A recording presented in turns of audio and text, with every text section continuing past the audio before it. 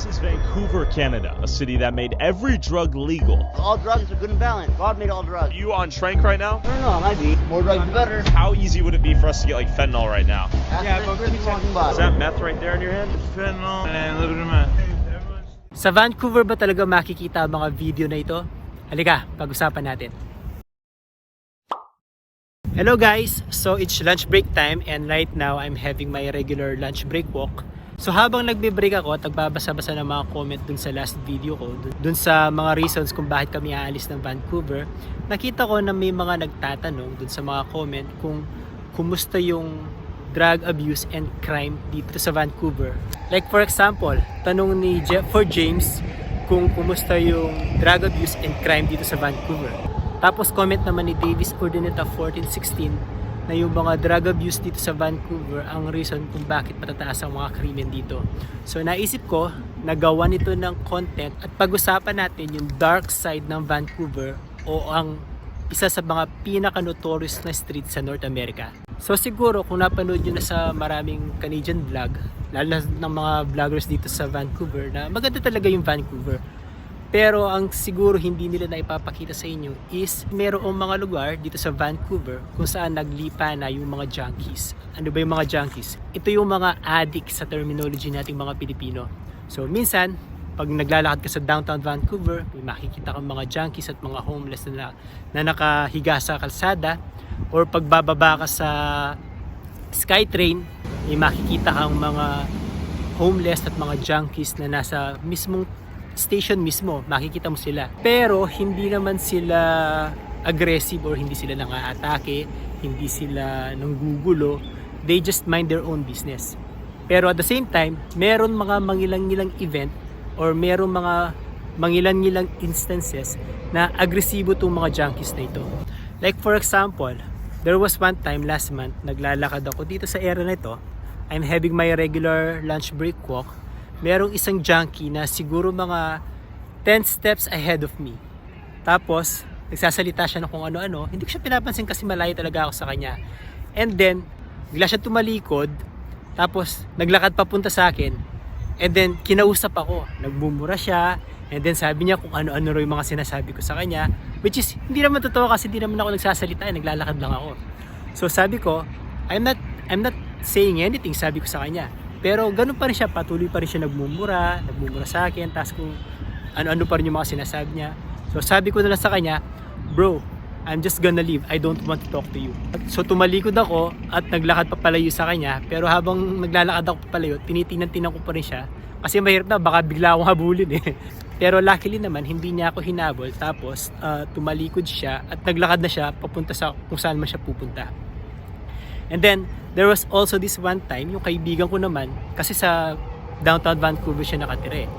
So, may camera sila sa likod ng backyard nila, kasi nandun yung mga kotse nila. So, sabi niya sa akin, hindi siya nag-iiwan ng mga gamit sa kotse nila. Kasi pagkagabi na, at patay na yung ilaw, itong mga junkie na to, at saka yung mga homeless, pumupunta yan sa mga backyard ng mga may bahay-bahay. Tapos tinitingnan nila yung laman ng kotse mo kung meron silang mananakaw.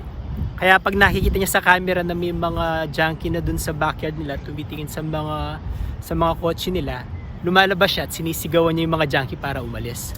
So may mga ganun din. And then sa office din namin, meron kaming office worker na parang naging agresibo yung junkie tapos nilapitan siya. Tapos hindi ko alam kung may hinihingi yata sa kanya or kung hinaharas na siya.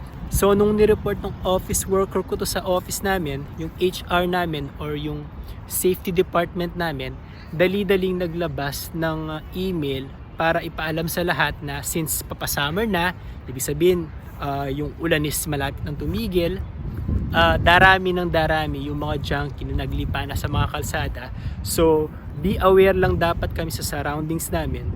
Baka may mga junkie na agresibo na biglang lumapit sa iyo at kung ano yung hingin sa inyo. So ito yung mga example ng mga junkie dito sa Vancouver na makikita mo sa kung saan na minsan harmless sila, they just mind their own business. Pero minsan naman nagiging agresibo sila at lalapitan kanila at kung ano-ano yung hihingin sa iyo o kung ano-ano yung ire-request nila sa iyo.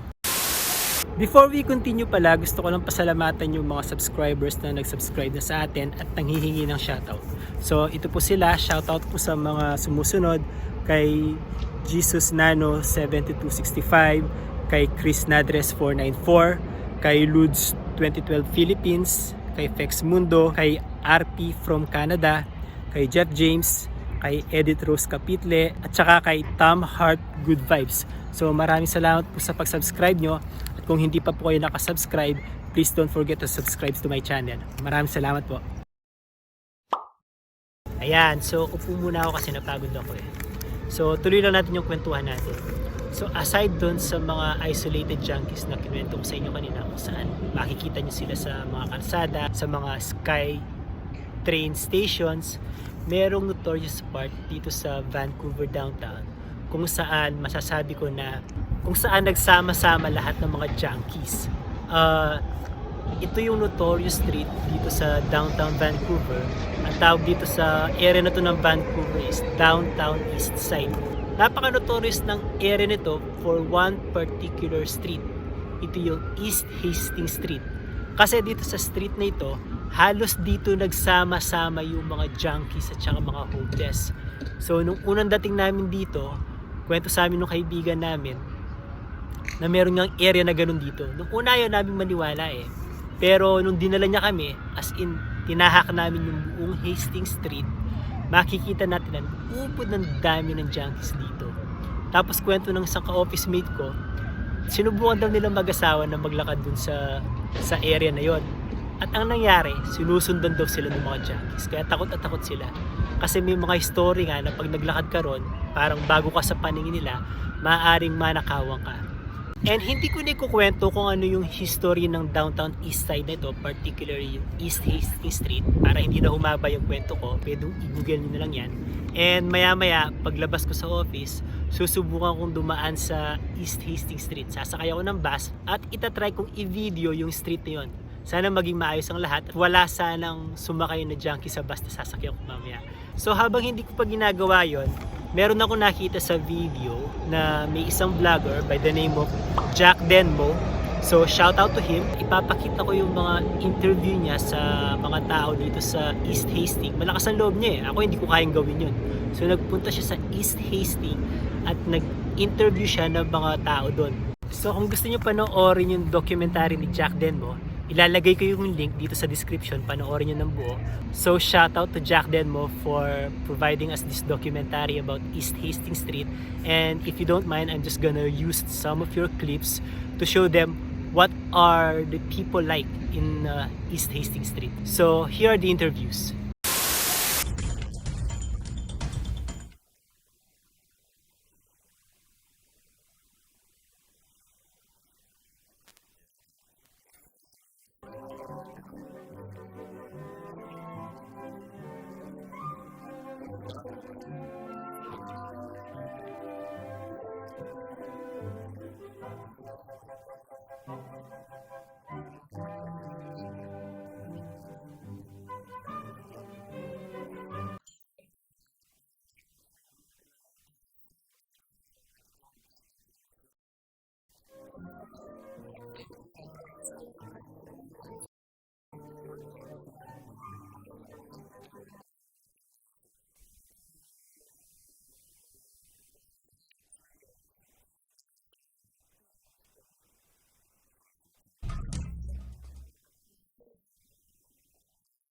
So after about an hour filming, we were struggling to get any interviews. People were abrasive and aggressive, and we were getting eyed up by many sketchy looking dudes who walked around us with their hands in their pockets, seeing how we reacted to being followed and watched. Our camera gear looked like a nice, tasty pork chop, or rather, something that could be traded for drugs. So ayun guys, I hope nagkaroon kayo ng idea kung ano yung mga tao sa East Hastings Street. Ngayon naman, since out na ako sa office, pupunta ako sa terminal ng bus para sumakay ng bus. Dadaan ako sa downtown east side. So ito yung mapa ipapakita ko. Dito ako sasakay, pupunta ng Gastown. Tapos itong blue line na sasakyan ko. Tapos kung makikita nyo, itong part na ito yung East Hastings Street. So tatry kong kumuha ng video ng mga tao na nandoon right now. So see you later guys. Nakasakay na ako. So ito, bago kami lumiko ng East Hastings Street. So nakikita nyo, napakaraming junkie na nakatambay sa kalsada. And na nakakapagtaka dito, may mga taong naghihintay ng bus, tapos may mga naglalakad. Pero ayun, may aso pa nga kinakahulan ng aso yung yung taong dumadaan. Tapos pagliko ng bus, eto dire-diretso pa rin siya. So makikita nyo rito, ayan. Ito, napakaraming junkie dito. Dire-diretso yan, no? At saka kung mapapansin nyo, yung building sa likod, sarado na. So wala na nakatira, wala na mga establishment. Ayan, haba-haba, Isipin mo kung maglalakad ka rito, hindi ka ba matatakot? Napakaraming mga junkie dyan. So kung itutuloy lang natin yan, nag-stop kasing bus kanina, haba, dire-diretso pa rin. Pero hindi sila, hindi sila nanggugulo. So there you go guys, ayun yung video na kinuha ko nung sumakay ako ng bus at dumaan yung bus sa East Hastings Street. And bago ko tapusin ang video na ito, pagbibigay lang ako ng aking opinion. So, maganda ba dito sa Vancouver? Of course maganda, may video ako dyan kung ano yung mga magaganda rito sa Vancouver. Pero at the same time, let's face the reality na may mga areas dito sa Vancouver kung saan maraming mga junkies, kung saan concentrated yung mga junkies. At yung area nga na ito, yung pinakita ko sa video nito is yung East Hastings Street na matatagpuan sa downtown east side ng Vancouver. And kung tinatanong nyo kung ano yung ginagawa ng government para mapigilan yung pagdami ng mga junkies doon, I don't think may ginagawa yung government kasi matagal ng problema yan. Ever since dumating kami rito, nandun yung mga yan. And most likely kahit nung wala pa kami rito sa Vancouver, nandyan yung mga yan.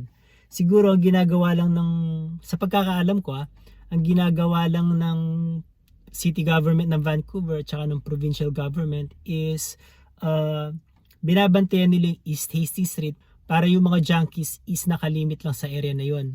As in hindi sila manggugulo, lalong-lalo na malapit sila sa downtown kung saan nandun yung business hub. So binabantayan ng mga pulis, laging may police visibility sa area na yon para bantayan yung mga junkies. Although nakita naman natin na hindi naman lahat nag-i-stay doon. May mga junkies na naliligaw at napupunta sa downtown, doon sa area pinagtatrabuhan ko. Meron din mga junkies na naliligaw doon.